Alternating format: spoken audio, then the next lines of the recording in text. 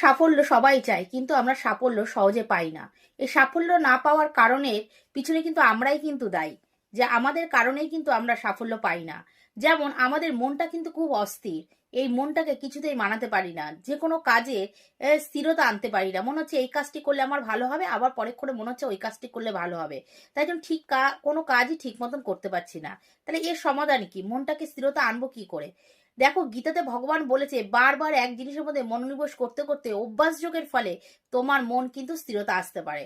তাই জন্য যে কোনো কাজের মধ্যে মন লাগানোর চেষ্টা করো। যদি যখন তোমার মন লেগে যাবে না, সেই কাজের থেকেই তোমার সাফল্য তুমি পেতে পারো। আর দ্বিতীয়ত হলো গিয়ে, আমরা নিজেদের উপর নিজেদের ভরসা করতে পারি না। খুব সহজে আমাদের মানুষরা আমাদের ভেঙে দেয়। ধরো একটা কোনো কাজ করছি, কেউ এসে বলল তুই এই কাজটি করতে পারবি না, তখনই মনটা ভেঙে গিয়ে ভাবি না সত্যি আমার দ্বারা এই কাজটা হবে না, তখন আমরা ভেঙে পড়ি।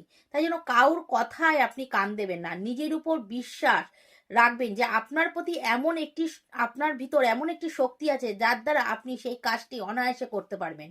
এই চিন্তাটা যখন আপনার মধ্যে আসবে, তখন আপনার শক্তি বেড়ে যাবে, মনোবল বেড়ে যাবে, তখন দেখবেন সেই কাজটি আপনি অনায়াসে করতে পারবেন। আর দ্বিতীয়টা কি জানেন? দ্বিতীয় হলো আমাদের ঈশ্বরের প্রতি কোনো বিশ্বাস আমাদের নেই। দেখুন, আমরা চাইলেই সবকিছু পাবো না। আমরা যদি এখন চাই আমাদের একটা অট্টালিকা হবে, আমি চেষ্টা করলেও কিন্তু পাবো না।